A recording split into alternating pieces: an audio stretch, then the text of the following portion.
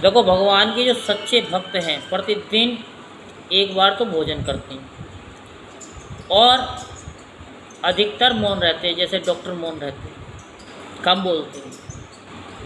इंद्रियों को बस में रखें, अपने स्वामी अपने माता पिता की नित्य सेवा करें। बहुत से कहते हैं ना, हम इतनी पूजा करते हैं फल नहीं मिलता। अरे तो अपने माँ बापों की आत्मा सताओगे तो तुम्हें क्या फल मिलेगा? नहीं मिलेगा। ऐसा समझ लो कि तुम्हारे फल में तो दीमक लग गई है, वो चाट रही है। कर लो पूजा। इस नियम से रहकर जप करने वाला पुरुष 1000 जप से ही शुद्ध हो जाता है। माता पिता की आज्ञा का पालन करे। ओम नमः शिवाय का 10 माला कर ले रोजाना। सुबह 10 माला करेगा तो 12 बजे तक के पाप खत्म हो जाएंगे। 12 बजे माला करेगा 10 तो शाम के 6 बजे तक ख़त्म हो जाएंगे। और शाम को 6 बजे करेगा तो सुबह के 6 बजे तक के पाप दूर हो जाएंगे। अब कहोगे कि वैसे तो 6-6 घंटे में और रात में क्या 12 घंटे में कहते वो हो जाएगा? 12 घंटे में कोई 6 घंटे तो इंसान सोता है, 6 घंटे हो गए। और सपने में क्या है? सपने में तो सारे पुण्य होते हैं बस। तो क्या है कि वो शुद्ध ही रहता है। और वो अगर जप नहीं करता तो वह ऋणी रहता है हमेशा। माता पिता का भी ऋणी रहता है, अपने पुत्रों का भी रहता है, यानी पूरे पितरों का भी ऋणी रहता है। फिर काल सर्प दोष उस पर लग जाती है। कोई भी काम करता है नुकसान ही नुकसान। फिर घर में कलेश लड़ाई झगड़े, फिर जाते हैं गुरुजी पंडित जी मौलवी जी के पास में कि भाई हमारा ये काम नहीं हो रहा, हमारा वो काम नहीं हो रहा। अब वो क्यों बताए कि तेरा काम क्यों नहीं हो रहा? पता उनको है। पैसे लेने के मारे वो कहते हैं भैया तुम्हारा ये उपाय करना पड़ेगा, लाओ जी इतने पैसे। तो क्या है कि फिर लोग फिर उन्हें लूटते हैं। तो रुपये में 25 पैसे उनको फ़र्क लगता है, 75% तब भी नहीं लगता। क्योंकि लोग वक्त चाहते हैं कि हम पे इधर उधर ये यहाँ करवा दो, यहाँ करवा दो, यहाँ करवा दो। वैसे कोई नहीं करेगा उपाय। अगर किसी को कह देना माता पिता के पैर छू हो जाना 40 दिन तक, तुम्हारे कार्य बन जाएंगे, नहीं छूने। हाँ, खर्चे का काम बता दो तो कर लेंगे।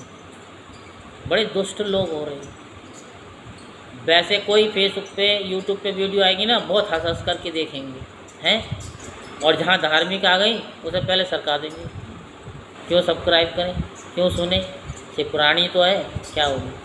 कथा कौन सुनता है?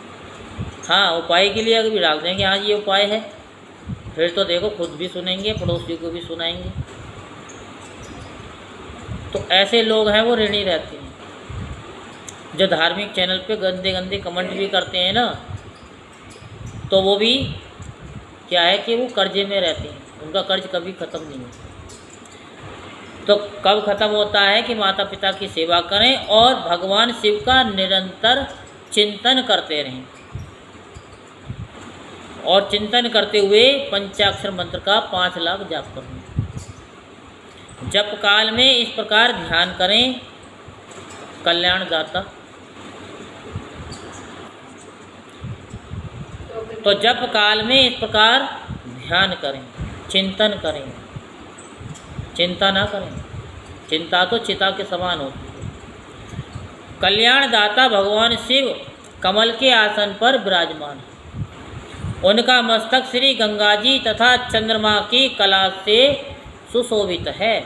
उनकी बाईं जांघ पर आदि शक्ति भगवती उमा बैठी है। वहाँ खड़े हुए बड़े बड़े गण भगवान शिव की शोभा बढ़ा रहे हैं। महादेव जी अपने 4 हाथों में मृग मुद्रा, टंक तथा वर एवं अभय के मुद्रा धारण किए हुए। इस प्रकार सदा सब पर अनुग्रह करने वाले भगवान सदा शिव का बार बार स्मरण करते हुए हृदय अथवा सूर्य मंडल में पहले उनकी मानसिक पूजा करके, कौन सी पूजा? मानसिक पूजा। सबसे पहले मानसिक पूजा करो। खर्चे की पूजा में तो सब डोल जाते हैं, पहले मन से ही कर लो। फिर पूरब की ओर मुख करके पंचाक्षरी विद्या का जप करें, पूरब की तरफ। जैसे सूर्य भगवान बढ़ते हैं उनकी तरफ मुँह करें, तभी तो सूर्य भगवान आपको चमकाएंगे, तभी तो तुम्हारे घर में खुशियाँ आएंगी। उन दिनों साधक सदा शुद्ध कर्म ही करे, शुद्ध कर्म करे। जबकि समाप्ति के दिन कृष्ण पक्ष की चतुर्दशी को प्रातःकाल नित्य कर्म करके, यानी नित्य कर्म संपन्न करके शुद्ध एवं सुंदर स्थान में सोच